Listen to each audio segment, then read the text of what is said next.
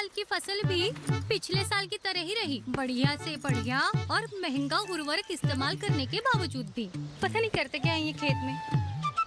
अरे बहन जी, नए कंगन? अरे ये तो ऐसे ही फसल बेचने गए थे ना, शहर लौटते वक्त ले आए। आपके वो नहीं लाए क्या कुछ? असली हीरो का कंगन कैसे है? वो ऐसे भाभी जी, क्योंकि हमें मिला है एक बेशकीमती तोहफा, जिसकी वजह से हमारी फसल में काफी बढ़त हुई है। और तो और इसने हमारी मिट्टी की उर्वरता को भी बरकरार रखा है। मिलिए ग्रो प्लस से हमारा भरोसेमंद कोरोमंडल लेकर आया है एक खास तकनीक वाला 5 पोषक तत्वों से भरा ग्रो मोर ग्रो प्लस। इसे इस्तेमाल करने से पौधों को मिले अधिक पोषण, जिससे न केवल आपको बम्पर फसल मिले बल्कि मिट्टी भी स्वस्थ और उपजाऊ बने। क्यों न इस बार आप भी ग्रो प्लस अपनाएं? अरे क्यों नहीं, हाथ कंगन को आरसी क्या और पढ़े लिखे को फारसी क्या। एक अनमोल तोहफा जो बनाए मिट्टी को सोना और फसल को बेमिसाल।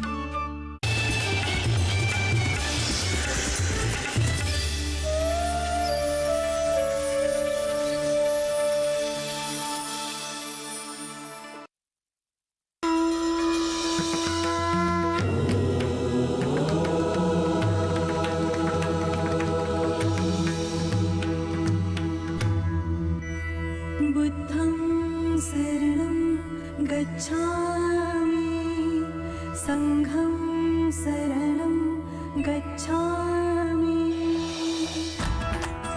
अल्लाहु अल्लाहु अल्लाहु। Satnam Waheguru, Satnam Waheguru, Satnam Waheguru, Satnam Waheguru. Praise the Lord, praise the Lord। अनंत कोटि ब्रह्मांड नायक साईं। सबका मालिक एक है। ये धूप गांव के अमीर और माशाल्लाह निहायत ही शरीफ नेक दिल इंसान है। इनका नाम मोहम्मद चांद पाटिल है। तुम कह रहे हो कि देवा खाट और गादी को किसी और की अमानत बता रहे थे। ये देख तेरी अमानत। मेरी अमानत? हाँ, तेरी अमानत। श्री राम की चरण पादुका अयोध्या के सिंहासन पर रख पूजा कर रहे हैं। साईनाथ महाराज की जय। राम जी भला करेंगे।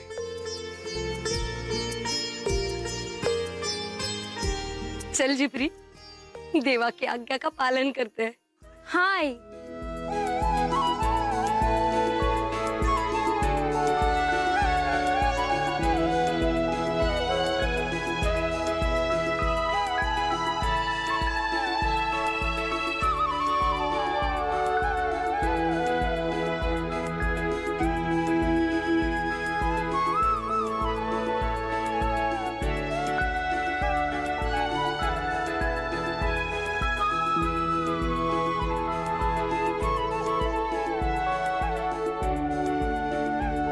देवा, भाकरी बनाई है, थोड़ी सी खा लो। ले आ माला, पर थोड़ी सी ही लाना।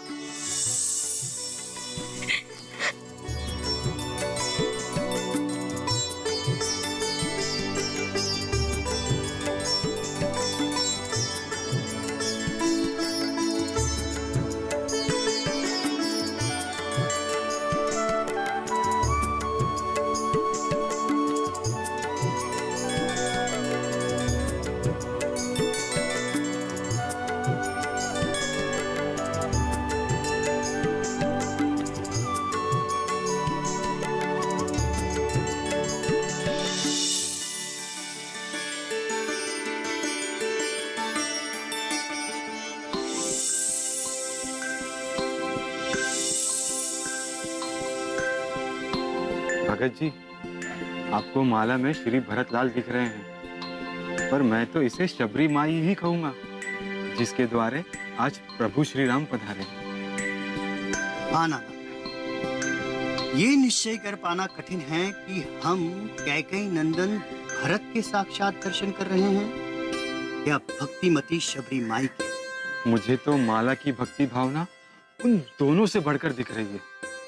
सच कह रहे हो नाना, आज के इस घोर कलयुग में ऐसी सच्ची भावना सबसे बढ़कर है। शास्त्रों में भी कहा गया है कि भगवान के दर्शनों से भी अधिक पुण्यकारी होते हैं उनके सच्चे भक्तों के दर्शन।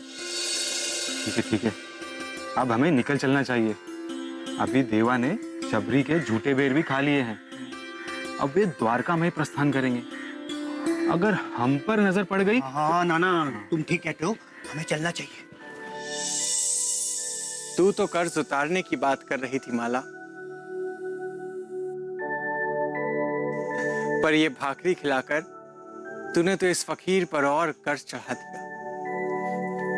तू बहन है माला, और बहन और बेटी के घर का खाया नहीं जाता। मालिक की इच्छा हुई तो तेरा कर्ज उतारूंगा। राम जी भला करें।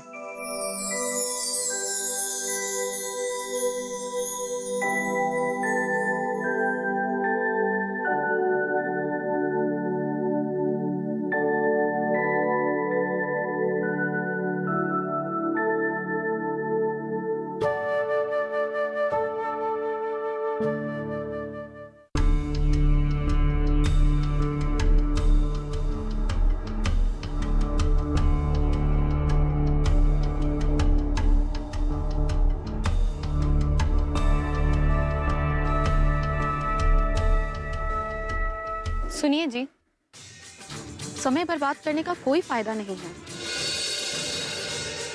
मुझे नहीं लगता नारू ये जमीन बेचने भी देगा काका को। आप बिल्कुल सही कह रही है भाभी जान। चांद भाई, हम आपके लिए कोई दूसरी जमीन ढूंढते हैं। नहीं सरफुद्दीन, नहीं, मुझे यही जमीन चाहिए। पर भाईजान, भाभीजान सही कह रही हैं। ऐसा लगता है कि उन्हें ये जमीन बेचनी ही नहीं है। उनकी मर्जी से बड़ी साईं बाबा की मर्जी है। जी जी, उनकी रहमत होगी तो ये जमीन हमें जरूर मिलेगी इंशाल्लाह। लो, वो लोग आ रहे हैं।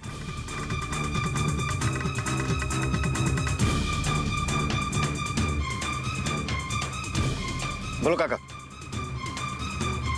जान मियां, बात यह है कि ये जमीन नारू के बाबा ने नारू के नाम कर रखी है, और नारू ये जमीन बेचना ही नहीं चाहता।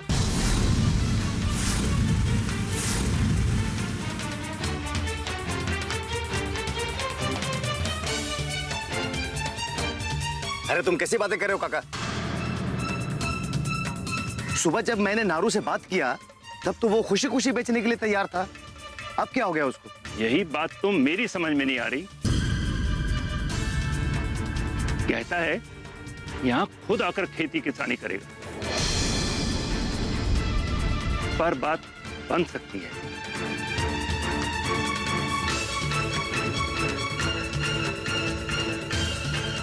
नारू ये जमीन बेचने को राजी हो सकता है अगर अगर क्या काका?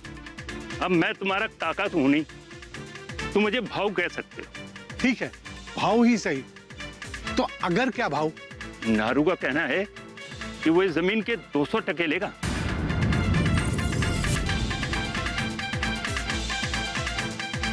इससे 1% कम नहीं। नारू, तेरा दिमाग खराब हो गया क्या? अरे इस घटिया बंजर जमीन के तो 10% भी ज्यादा है। काका, मैं जा रहा हूं। थंबा नारू, थंबा, मुझे इनसे बात करने दे।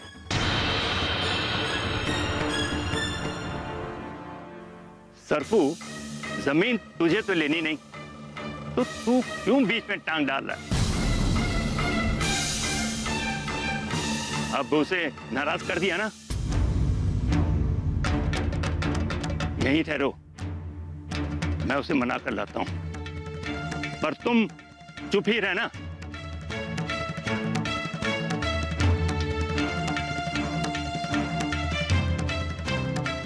इस जमीन के 200% तो सच में बहुत ज्यादा है जी।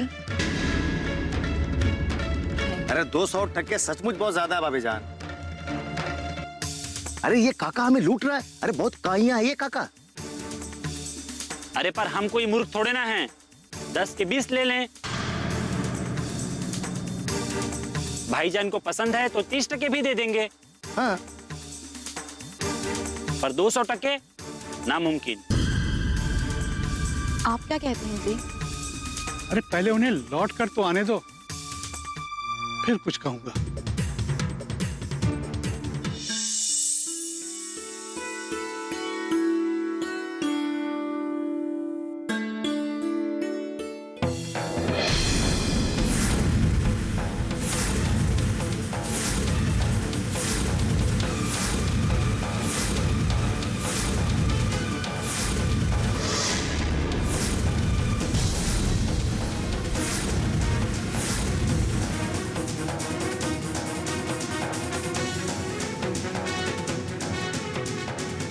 आप ऐसे क्या देख रहे हैं देवा? देख रहा हूँ कि खंडोबा मंदिर का पुजारी और शिरडी का सबसे ज्ञानी पंडित भी अब छुप छुप कर मेरा पीछा करने लगा है। अभी तो जिंदा रहकर आपका पीछा कर रहा हूँ देवा, पर वादा करता हूँ कि मरने के बाद मेरी आत्मा भी आपकी लीलाओं का श्रवण और कीर्तन करने के लिए लगातार पीछे लगी रहेगी।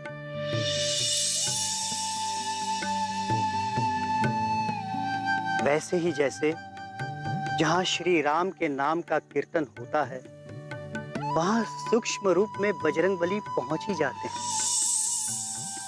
बजरंगबली तो मैया सीता के आशीर्वाद से अजर अमर है महलसा। आपके चरणों की भक्ति मुझे भी अमर कर देगी देवा। आपके आशीर्वाद से मैं आवागमन के चक्करों से मुक्त हो जाऊंगा और मेरी आत्मा सदा सदा आपके वचनामृत लीलामृत का पान करने के लिए आपके आगे पीछे मंडराती रहेगी और हर उस जगह पहुंच जाएगी जहां आपके नाम का कीर्तन होगा। अब आप इसे मेरा पीछा करना समझें या मेरी सच्ची भावना, मुझे जरा भी फर्क नहीं पड़ता। राम जी भला करेंगे।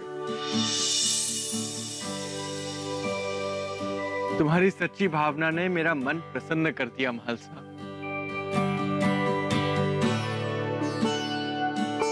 तुम हनुमान तो अवश्य हो सकते हो महलसा, पर मैं श्री राम नहीं हूं। मैं तो बस एक फकीर हूं भगत। आपकी फकीरी भी राजा राम जैसी ही है देवा। राम जी ने जैसे आदिवासी, वनवासी, वानर, भालुओं को अपने हृदय से लगा कर रखा था और उन्हें सर उठाकर जीना सिखाया था, वैसे ही आप भी हर पीड़ित, दलित, शोषित को उसका खोया हुआ स्वाभिमान लौटाने की कोशिश में लगे रहते हैं। नहीं भगत नहीं, मेरी तुलना श्री राम से ना करो। वे तो बहुत ही महान हैं, न्याय और मर्यादा की मूर्ति हैं वो। मैं तो बस उनके दिखाए रास्तों पर चल सकूं, यही मेरा सौभाग्य है। आप क्या हैं देवा, ये हमसे अधिक और कोई नहीं जानता। हमारे राम श्याम आप ही हैं देवा। हमें तो आपके रूप में हमारे श्री राम मिल गए, पर पता नहीं इस श्री राम को उनका हनुमान कब मिलेगा।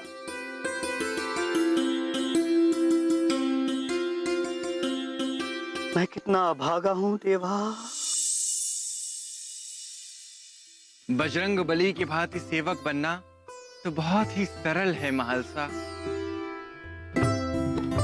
पर श्री राम के भांति स्वामी बनना बहुत ही कठिन। राम जी भला करेंगे।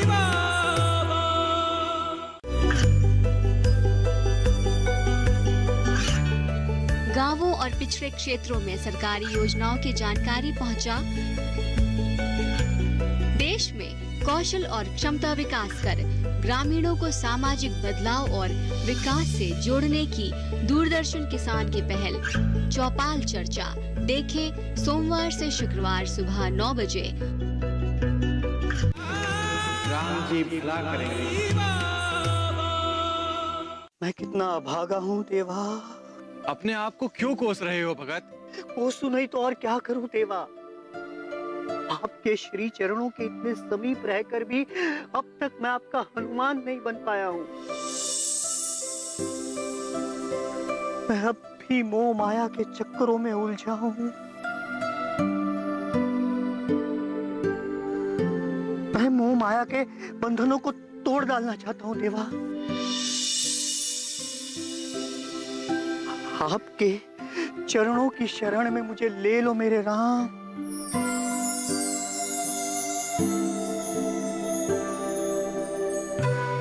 वैसे ही जैसे राजा राम ने बजरंग बली को ले लिया था। बजरंग बली की भांति सेवक बनना तो बहुत ही सरल है महलसा, पर श्री राम के भांति स्वामी बनना बहुत ही कठिन।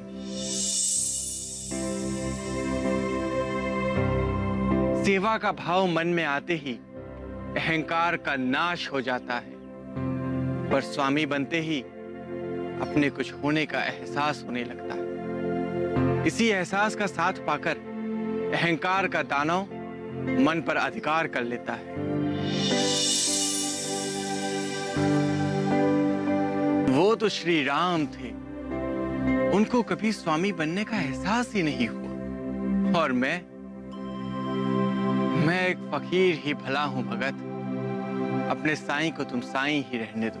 नहीं देवा, आज से आप केवल साईं नहीं हैं, मेरे लिए मेरे साईं राम हैं। राम जी भला करेंगे। उठो भगत।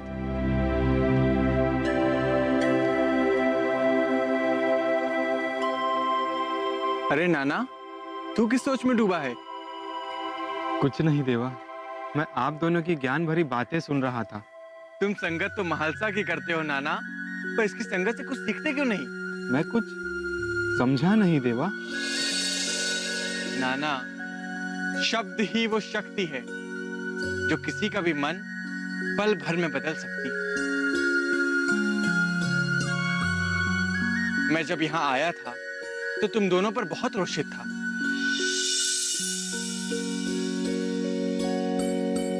मुझे लग रहा था कि तुम दोनों छिप छिप कर मेरा पीछा कर रहे हो, पर भगत की ज्ञान भरी बातें सुनकर मेरा सारा गुस्सा काफर हो गया। इसीलिए तो श्री कृष्ण ने कहा है कि शब्द ही ब्रह्म है। अरे भालसा, अपना थोड़ा ज्ञान इस नाना को भी दे दो। अब ज्ञान की शक्ति समझ में आ गई देवा। अब मैं भगत जी से ज्ञान मांग लूंगा। ज्ञान मांगा नहीं जाता नाना, ज्ञान तो पाया जाता है। गुरु के चरणों में बैठने से ज्ञान की पावन गंगा मन को निर्मल कर देती है। पर इसके लिए तुम्हें भगत जी को अपना गुरु बनाना होगा नाना। ये तो वैसे ही सारी शिरडी के गुरु हैं देवा। तो अपने गुरु का नाम कलंकित ना करके इनसे कुछ सीखो नाना। हाँ देवा। चलो द्वारका माई चलते हैं।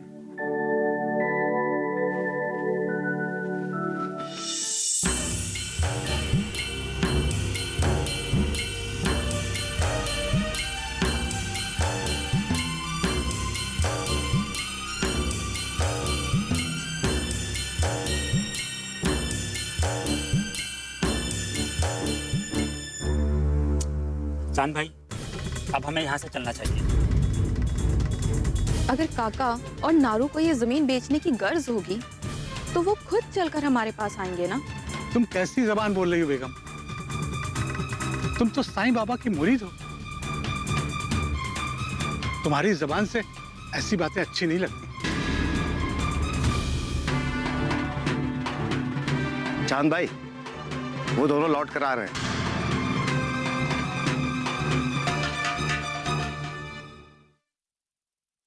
शिरडी गांव की हदबंदी के भीतर किसी भी जमीन का सौदा कुलकर्णी बाबू की आज्ञा के बिना हो ही नहीं सकता है। तुम कौन होते हो रोकने वाले? नारू और काका को शिरडी का कानून तोड़ने के अपराध में बंदी बना दो। राम जी भला करेंगे। ये कामयाबी है अन्नदाता की। ये कहानी है खेत और खलिहानों की। कैसे करें अपने पशुओं की देखभाल, जानिए गांव-गांव के किसानों का हाल। देखिए गांव किसान, सोमवार से शुक्रवार दोपहर 12 बजे सिर्फ डीडी किसान पर। राम जी भला करेंगे। सरफुद्दीन, बड़ी मुश्किल से नारू को मना कर ला रहा हूं।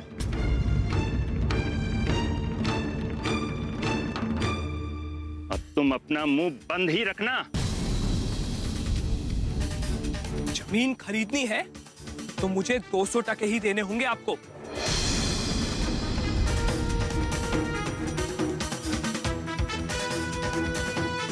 पर 200 टके तो बहुत ज्यादा हैं। नारू, चांद भाई बाहर से शिरडी आए। अरे मैं तो यहीं का हूं, इसी शिरडी का हूं। यहीं पैदा हुआ और यहीं मरूंगा। मुझे पता है तुम्हारी इस घटिया बंजर जमीन की कीमत कितनी है। मतलब आप लोग को जमीन नहीं खरीदनी है? चलो काका, हमें अपनी जमीन 200 टके से कम में बेचनी भी नहीं है। ठहरो ठहरो,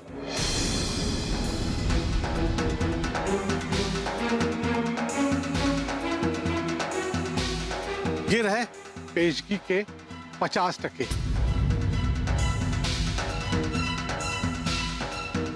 200 टके में मुझे ये सौदा मंजूर है।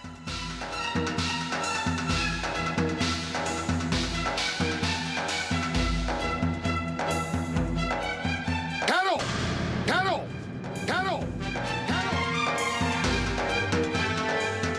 पर मुझे ये सौदा मंजूर नहीं।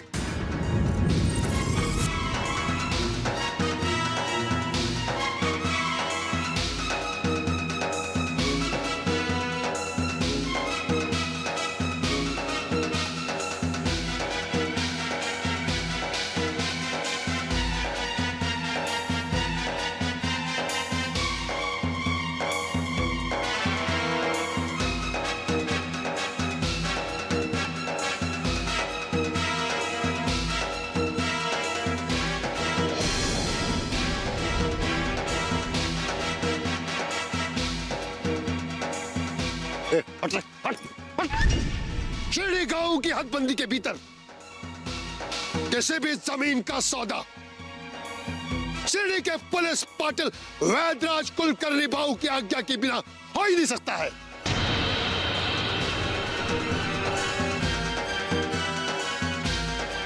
तुम शिरडी के पुलिस पाटिल हो कुलकर्णी?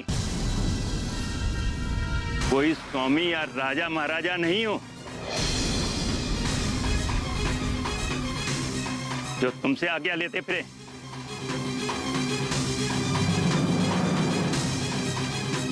जमीन हमारी है, चाहे जिसे भी बेचे। तुम कौन होते हो बोलने वाले?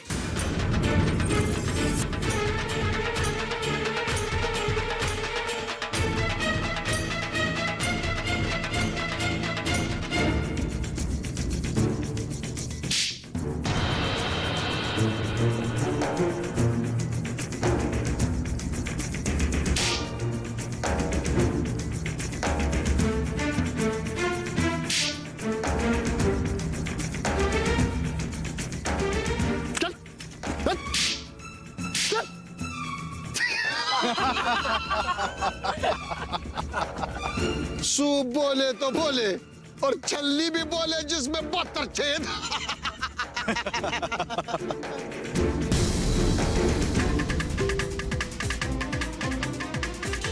हम कौन होते हैं? हम कौन होते हैं? बुराव, सुना तूने? हम कौन होते हैं?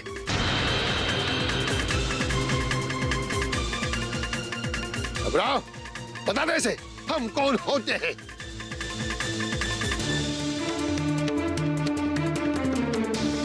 कल तक मेरे पीछे साये की तरह दुम हिलाता था, आज टक्के देखकर तेरी नीयत बदल गई रे।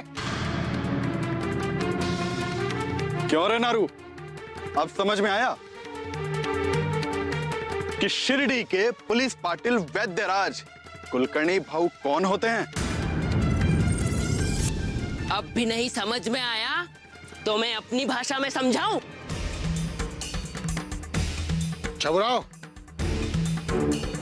नारू और काका को शिरडी का कानून तोड़ने के अपराध में बंदी बना दो।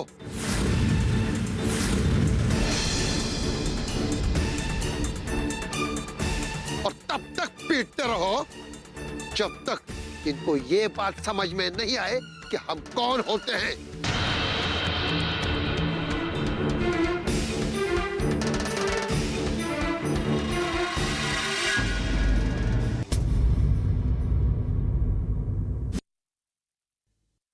बाबा ने मुझे गुस्सा ना करने की हिदायत दी है। क्या शास्त्र कभी क्रोध और गुस्सा करने की आज्ञा देते हैं? शास्त्र क्रोध का त्याग करने की आज्ञा देते हैं। अयोध्यापति श्री राम शास्त्रों के आदर्श हैं। तब भी श्री राम ने समुद्र पर क्रोधित होकर उसे सुखा डालने के लिए अपना धनुष उठा लिया था।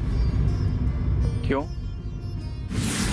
आरती श्री साईं गुरुवर की, आरती श्री साईं गुरुवर की, परमानंद सदा सुरवर की, परमानंद सदा सुरवर की, मोरे साईं बाबा की, आरती श्री साईं गुरुवर की, आरती श्री साईं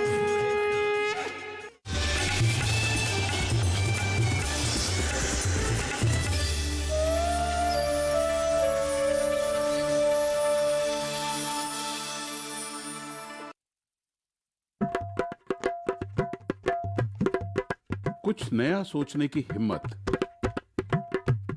कुछ कर गुजरने का जुनून। आइए मिलिए हिंदुस्तान के नवाचारियों से। देखिए कच्चे रास्ते पक्के इरादे 14 जनवरी से हर गुरुवार शाम